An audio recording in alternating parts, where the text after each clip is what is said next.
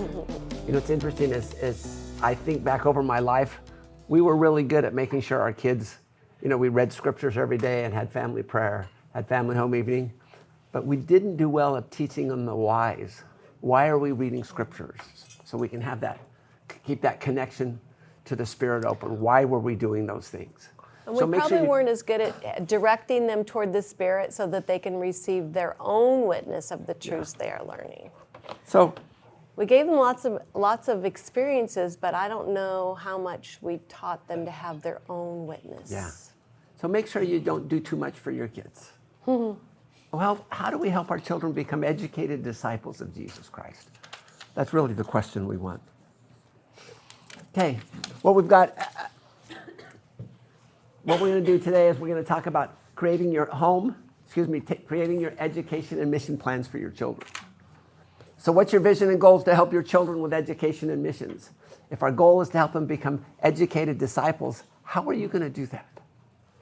So we'll give you some ideas and we'll talk through it. It's the same template. It's just section 11.3 and 11.4. So what are your strategies? What are you planning to do? How will you save? Are you just going to pay for your kids' education? Or do they need to be responsible too? And if you decide to help, how much will you help? And why will you help? Again, lots of interesting things as we think through helping our kids. And we'll talk about we some had of our those things kids today. start saving when they were young for their mission and college. And we told them that if they served a certain portion, we would match it. So that encouraged them to save, because otherwise if we just said we were going to pay for it, then they wouldn't be encouraged to save at all. But if we would match it, they wanted to save more because we're going to match it. Yeah. So principles of teaching children. It's interesting. Remember when we talked about principles for bridging the culture gap?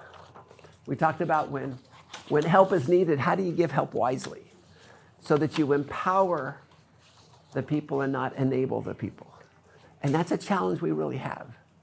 It's really hard for parents to let their children struggle because we want to give our kids things that we didn't have. But again, the importance of work.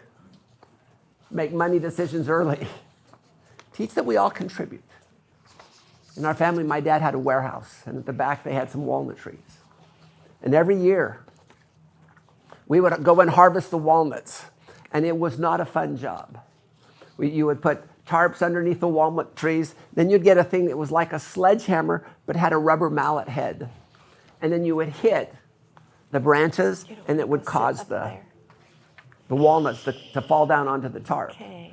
And not only that, it would cause the bugs to fall down. And this was in the Northern California, and it was sandy soil, and it was dirty, and it was hot, and it was miserable. But we did that as a family, and we put all those things in bags, and we'd send them to the Holer, and then the money in that we would put in mission funds for the kids. And I remember doing that, and it was the most miserable job you ever want to do. You didn't like it. You don't want to do it very often. But we did it because we all worked together. Of course, I remember one year, we had gone through this miserable thing. It was 4 hours of pure torture with us and all of our kids, or me and my siblings. And we put all the walnuts that we had put in burlap sacks, and we put them on a pallet. We put them outside of the warehouse. And the next day, we were going to take it to the Holers. And the next day, we came out, and someone had stopped and had just stolen all of our things. And I was just so mad. And my dad just kind of said, "Hey, Brian, that's the way it goes sometimes." And I think it was because the purpose of that was really not so much how much the money it was, but it was the things that he was teaching us. So what are we trying to do? We're trying to teach our children to become educated disciples of Christ. Someone said, "I can't hear your words because your actions speak so loud." Are we by our actions teaching the things that we want to? Word and deed, that way our children know who they really are so they can come to Christ, make good choices in their lives and finances, unified with their spouse, find joy in their family and become more like their Savior. I know in Utah, they now have, what do they call it, financial literacy.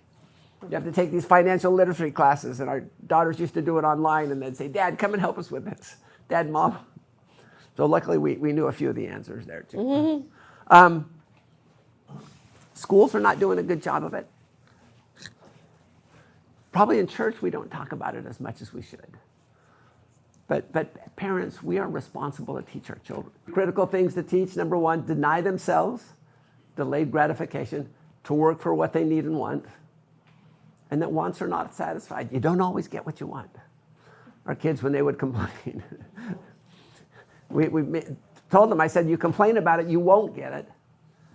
But if you ask politely, you may get it. And then we always, you guys have already heard that, you get what you get and you don't throw a fit.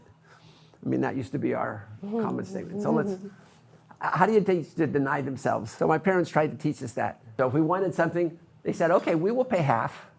And what's interesting, I wanted a trumpet. So my parents said, okay, they'll pay half, and it was about $500. In fact, I still have that trumpet. But we went and bought the trumpet, and then I paid him over the next year. And when Sister Sudwicks and I were thinking about setting teaching our children, we thought, that's really teaching them to go into debt. Even though my parents helped, their intent was good. But what would happen if we had them earn the money first and then go get it? And so we kind of changed that up. When there were certain goals our kids would like musical instruments, bicycles, just things that we felt were good, we would pay half. How about when it came to cars and things like that? We said, no, we don't think it's a good idea. But after they got married, we would contribute an amount of money, or maybe they could buy one of our cars from us at a good price. So the second thing is teach them to work for what they want. So we had our kids, everyone had to work for 2 hours on Friday. And we had daily jobs and weekly jobs too. Yeah. And then on Saturday, after they did their 2 hours, then we would pay them. But pardon me? What? Sorry? We had jobs around the house. So they would have daily jobs like sweeping the floor, Cleaning the room. well, that was the weekly job. Oh, okay. That was not a daily job. The daily job was sweeping the floor, helping with the dishes, taking out the trash, walking the dog, different things like that. And then their weekly, because we had 7 kids, we had to have a lot of jobs. And then there had a weekly job where one of them would have to vacuum or clean the family room, and and they all had to clean their bedrooms every week and their bathroom. Yeah. And then on Saturdays, we worked in the yard. Our kids know how to mow and edge and blow. So Saturdays, they had to work for everybody, including our exchange students, had to put in 2 hours of yard work. So we've had 8 exchange students who lived with us a year. Sometimes they would be shoveling snow instead of mowing the grass. Yeah. So we had just worked outside, and I wanted some help. Extra help. I said, hey, if you guys will work, I'm happy to pay you. My daughter Kylie and I says, no, we don't want to. We're going to go do a lemonade stand. And so they went and got their wagon. They put a little table on it. They went in and grabbed the lemonade. 2 hours later, they came back, and I said, how'd you guys do? She goes, we didn't do very well. We only made like $20. But $10 a piece for 2 hours, I mean, so they made more than they would have if they worked with us. Please don't think that we're saying this is the right way to do it. It's the way we did it. And it changed over time. So we had like a spreadsheet for all the kids, and this is the money they had. So this was like what they earned, and then they had to pay their tithing, and then they saved for their mission in college, and then they had personal money. So we had them pay 10% for tithing, 30% was saved for mission in college, and then they got to keep the other 40%. And so you can see they paid their phone bill until they got smart that Mom and Dad wanted them to sing in the choir, and we said, if you sing in the choir, then you don't have to pay your phone bill. So all of a sudden, all of our kids were singing in the choir. Yeah, they all sang in the choir. But it's interesting. Okay, so here's the drum set. Our son Clinton, instead of us paying for it and then him paying it back, which was more like debt, he saved up for it, and then once he got that, he did that. Notice right underneath here, retainer. So our son came to us and said, Dad, I lost my retainer. I don't know where it is. We said, that's too bad. You better find it too, because if you don't have it after 3 days, what happens? Your teeth start going back. We're not going to pay to fix your teeth again. So he looked and looked, and we couldn't find it. And guess what? He had to replace his retainer.